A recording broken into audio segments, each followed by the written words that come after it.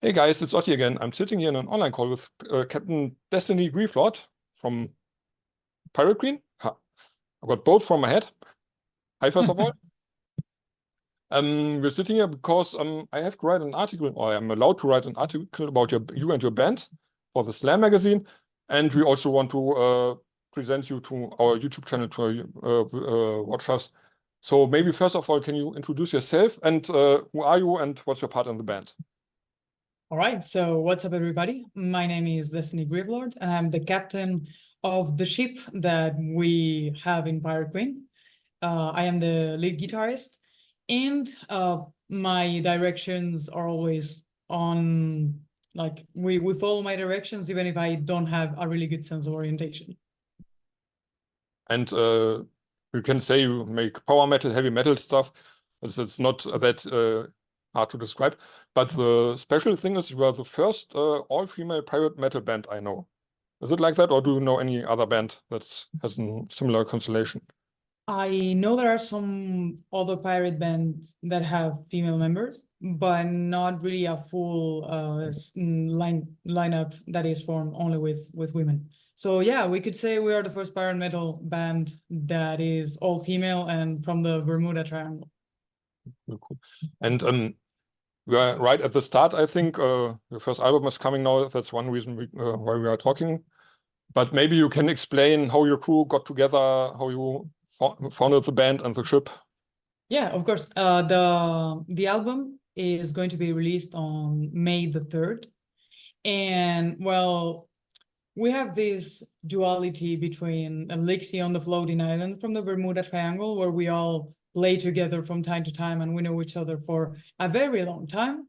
And then the reality check is that we wanted to create this project because we thought there were no bands that were pirate metal only with female members. So we had to go on this quest all around the world to find 4 members that would love to join this fantasy adventure, and that were not only good, but also good on stage, that would have a good presence, and that would like to be part of the band and would be available to play shows and to record, because good musicians, we have plenty of them, but ones that are not busy as hell, not so many. I see. And you mentioned it's like fantasy is in it. It's not like being too historical, I would say. You think about ghosts, about demons No. and stuff. It's rather more fantasy pirates than Yeah, it's fantasy orientated. It's not really anything historical. We all come in our fantasy story. We come from from Lixion, which is a floating island in the middle of the Bermuda Triangle, and it's all related to demon hunting, demon summoning, ghosts in a way. So it's like fantasy and adventure more than historically accurate pirates. And in the press info I got, there was stated that you would act on stage like LARP, like live action role playing. Is this something you do in your free time? Live action role playing?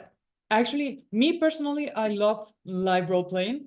I've never been to many though, because the situation in Spain for that is like there are not so many opportunities, and I'm busy as hell also. But I've been to a couple of them and I really enjoy it. It's just that maybe I don't have like the good amount of friends to do this with. And but yeah, within the band, our set and our costumes are more into live role playing rather than like real swords with metal. And first of all, because you cannot travel with that on a plane, and that would totally suck to try to bring a sword on stage and to be removed at the airport. And second of all, because we would like to have these games with the people who come to the shows, and we would love to make everybody be a part of the whole set, not only ourselves. And we have this endorsement by Epic Armory from Denmark, who are the guys that made the hat and a lot of the all the weapons that we have on the videos that they're already on YouTube for Pirates from the Sea and Ghosts. So most of the costumes, it was them. Like we really like this adventure, more like not trying really to be like extremely realistic, because we have to keep in mind that it's still fantasy, and it's something that we would like to enjoy with the audience. Yeah, sure. And I think all the characters are like role-playing characters. Like Captain Grieflord is not a real name, but it's It is based not. on you. So maybe you can tell a little bit how Captain Grieflord became a pirate. Have you a story behind this?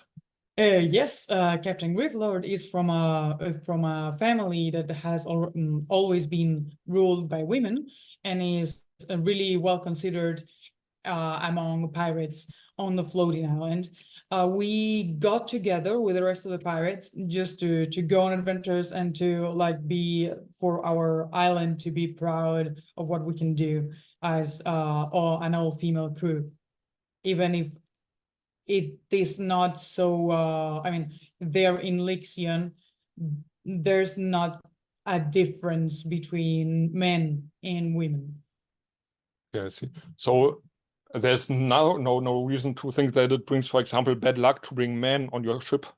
I don't think so. Maybe in the future it will be bad luck. It really depends, because the reality also tells a little bit of the storytelling.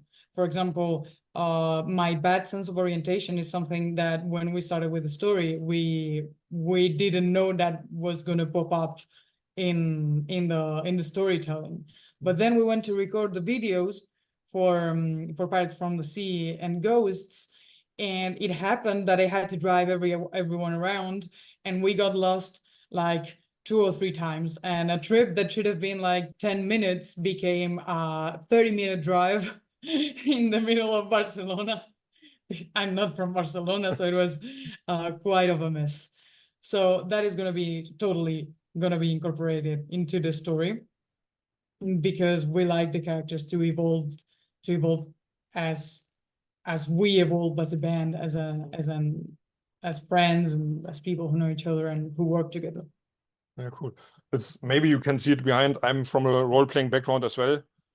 I didn't play for many years now because I have no time, too busy, but I want to do it again. And I love this storytelling. I love this character development that you mentioned. So all the future things that come will have I think, a connected story probably somehow, that you make it like a campaign and role play and say, for example, this album follows on the next, and that would be really cool. We are still shaping it because we don't know how people are going to react to the show, because it's quite a kind of new band, and we are getting a lot of good compliments and people that get interested in the band, but we still don't know how that is going to be put into a show. We have a lot of ideas on how to make people be part of the role playing, but sometimes that people, it depends on the city, it depends on the country. People sometimes tend to be like more into the band and to do what the band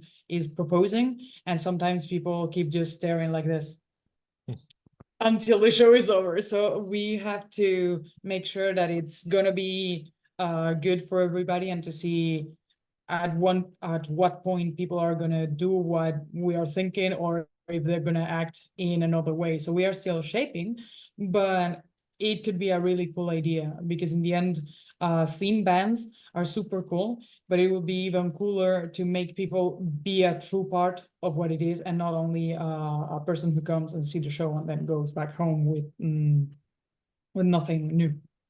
sure.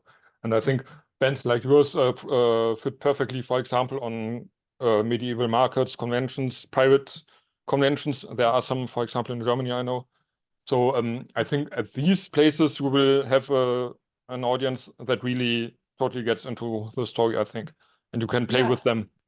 Yeah, absolutely. And nowadays, I'm seeing from the social media, more and more people are interested in role playing. I don't know if it's because the internet has gotten huge the last years, or because more people than ever are into role playing, cosplay, character creating, and so on. Because I remember when I was a teenager, I was the weird one for being interested in those things. And now I see it's a huge niche that is interested into those things. And the conventions are huge now, and there are so many, and a lot of live role playing are happening in every country. So it's like it's growing, and why not incorporate that to band playing? Because metal has always been like bringing something new and different, people like moshing and being part of the show more than other genres. Yeah, sure. And I think the internet makes it more easy, for example, to connect to people that have similar interests. So that's one of the positive things besides some negative. And you mentioned your videos. There are two now. Just open question: how have been the reactions, and how did you feel with reactions? Well, I would like to say some things that are fun, that I find funny. Some reactions, a lot of reactions, if you see the comments, a bunch of reactions are super good. People are a lot into it. They even some people propose to that we should go on tour with Storm, for example. So that is really, really, really cool. And then there are these other people, let's call them the romantics, who comment all kind of creepy shit that is weird. Some of them are kind of funny, but like they're, I don't know, it's weird. It's always the role of women in metal is like you're always over sexualized, and there's always people who's gonna say, oh yeah, Yarhara, I would like to go on your ship, or I should there are, of course, there are ones that you can take as compliments, but then there are ones who say stuff like, oh, a nice song title could be Kitchen on Board. And it's like, oh, okay. So we're doing this. Yeah, totally understand. Some men especially don't know the borders where they should go over. And some maybe you just are, as you say, funny, or like to flirt a little bit. I think the flirting stuff is okay, should be okay. As girls do with male singers as well, or male musicians as well. This should be okay as long as the Yeah. people respect the distance. Yeah, absolutely. If it's respectful, then it's fine. It can be funny, or even sometimes it could be like, oh, I like this compliment or whatever, even if you have no intentions of anything. But there are people who go like real special. Let's just keep it like that. Yeah, and I know what you mean. And we don't have to give them too much platform, but it's good to talk about it, I think. This brings me to something I didn't note, but it's interesting because in Germany there's a huge discussion of women and girls being underrepresented on festival lineups and on bands and stuff. Is this something you have in mind? Do you think this helps you a little bit to get more space, for example, more slots? I think it's something historical for the moment, because up until maybe 10 years or 15 years, women in rock and metal were really underrated. And I think it's also a cultural thing, because parents, whenever you decide to play an instrument, usually it's never going to be a rock instrument, or they are not more, to say it like in a better way, more specific. Your parents will probably never tell you, or if you say, okay, I want to play the drums, usually parents are not gonna be okay with you playing drums. That's the first thing. But if you're a girl, that's gonna be weird. Maybe it's like there are like a girly instruments and manly instruments. And if you're a girl, you can play the keyboard, you can sing, or you can even play the violin or the flute or something like that. But it's never gonna be electric guitar or drums or growling, for example. So I think all the girls that are my age, I'm 28 at the moment, probably have suffered from that. Now I see more and more teenagers who play any instrument, and that is awesome, because it seems that little by little we are getting to the point in which you can say, I want to play whichever instrument, and nobody's going to look at you badly for wanting to play any instrument, because instruments don't have a gender and nobody cares about it. So I think it's more historical. We don't see females that much it's because it's harder for people who are, because you are not seeing bands of teenagers living the dream right now. Bands that are making it big at the moment, probably the members are 30 or more, and women that are 30 or more, there are not so many who play instruments as the teenagers of today. So I think it's more a thing of we have not been allowed or represented, because it's not just only in music, but because in general we were not allowed to do these kind of things. Not really allowed, but it was like badly seen. Now there are more and more, and you can see in festivals there's always one bandmate at least that is a woman, or more bands that are all female. It's changing now, and now it's a matter of being like super good. The thing is, you are not going to make it into a festival just because you are a girl or a man. You are going to make it because you're good, or because you're friends with the organizer. So and so yeah, if you are good, you will be there at some point, and if not, it doesn't matter that you are one gender or the other. Specifically, if you have an all girl band, you can get two reactions. One of them is, oh, how interesting that you are all female. And you get like such a big surprise just because you are female, which is like, I mean, we don't want to be judged for being female and play metal. We want to be judged for who we are and how we play. And then you have this other reaction, which is, oh yeah, all female, yay, super cool. Which is like, I don't trust that you guys are gonna be good because it's all female. So we have these two reactions, but I think slowly we're getting to the point in which, what's the band? I like the band, or I don't like the band, but there's no in between of, are you girls? That means it's good, or that means it's bad. Totally understand. And you probably don't want to be booked, for example, just to fulfill a quote. As you would tell, you want to be booked because you're good, and you are. Of course. There's, I think this might be a little polemic here, but I think there's, you have to judge everybody for their abilities on the instruments, and we need more representation. But if you book a band because they're all female but they don't play good, they are not doing any favor to the female bands that do play good. I don't know if I'm explaining myself. Understand, yes. So if there's a band of, I don't know, 5 women, but who don't really know how to play, they're not good with their instrument, the songs are not good, and they are booked just because they're female and they want to do like, okay, let's do a celebration of the March the 6th, for example, the 8th, sorry. We are doing this celebration, and we want to put a female band in it, and we choose the band that is not good, that is not going to do any favor to the rest of us who are training every day to be super good and to be chosen because we're good and not because we are women. Yes, that's about quotes. I think there are many good female bands with all female or with many girls in it that are good enough, so this should be no reason, totally.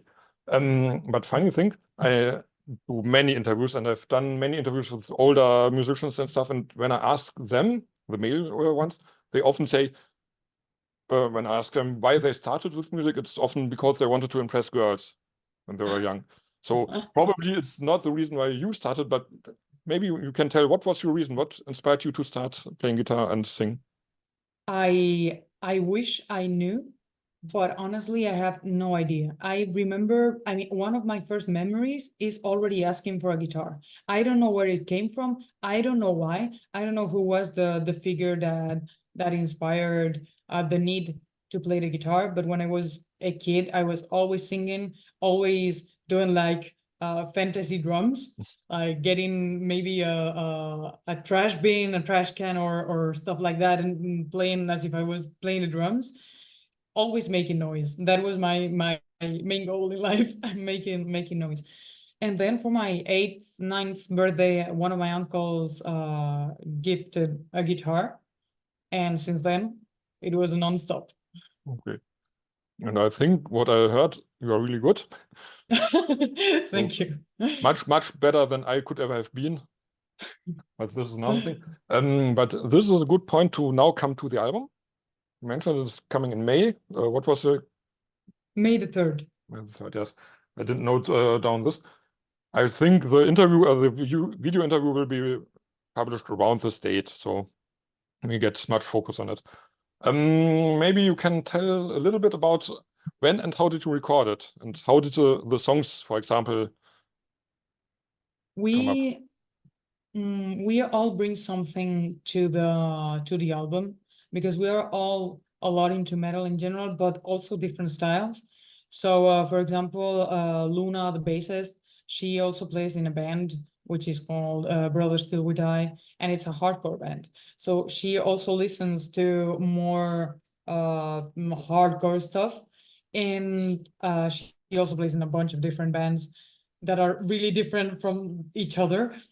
So all of us are into metal, and not all in the same style of metal. Even if we all love power metal and we really enjoy the genre, we all play different styles. So we thought that it would be really cool to make songs that are not all the same, because when you find a band that you like and the style is pretty much the same for every album, in the end, okay, it's great because it works for the bands, and they sound awesome and you love them. But at the end of the day, it's like pretty much reinterpreting the same song all the time. And it's a formula that has worked in the past, but I think today people are more into singles and listening to one different thing and then jump to another band, rather than listening to a whole album of songs that are like 3 singles that are extremely good, and then the rest of them are a little bit a way of filling the void of the rest of the album. So the songs, we all brought something to them. We worked in the distance, because our singer, Her Majesty, is from the UK, and we all are from a different spot. So we worked online, and we brought some ideas, we worked on them, and then we have this friend who is called Barbatus from the floating island, who is the protector of the island, who whispers from time to time a melody into our ears. So we work with that, and then we create the songs. Anna, especially the singer, is working a lot on all the symphonic aspects and the lyrics and vocal melodies. And then we recorded everything in different places, and it's been done at a studio in Madrid, here in Spain. So yeah, the songs are quite different from each other. We have Paris from the Sea, which I think you have already heard, I have which not all is of like them, yes. the first. Oh yeah, of course. I'm pressed. I have some new stuff. Awesome. So yeah, the first single that we dropped is more like adventure power metal, like a little bit of a cliche power metal, just to get the people hooked. And then the second single that we released is a little bit more into the atmosphere of like more into creepy things. It's really different from the first one. And then as for the rest of the songs, we have Siren's Tears, which is way more into like more atmospheric original soundtrack. And then we have my 2 favorites, which are Santa Lucia and is that your favorite also? Mine as well, yes. And El Dorado, which are like power metal, but it has like maybe like an aspect from the north in some kind of melodies. Like the chorus of Santa Lucia is a lot like in that inspiration from northern bands. And then we have Open Fire, which is a little bit more like heavy in a way that it I enjoy that song because it's like a curse for everybody because all the computers broke when we had to record that song. So yeah, it's a cursed song, and I get to sing a little bit in it, so it's cool. There must be a curse when you are pirates. Of course, Always. always. There's no pirate story without any curse. Totally not. Funny thing is, yeah, as mentioned, Santa Lucia, this was my favorite. I love them all. It's not any song that I say it's bad or something, but Santa Lucia was the energy was mine. It was totally that one which catch me most. Yes, I think there's no total concept behind the lyrics. It's just your stories, your pirate stuff, but you didn't say, okay, we have to tell a complete story, or is it like this?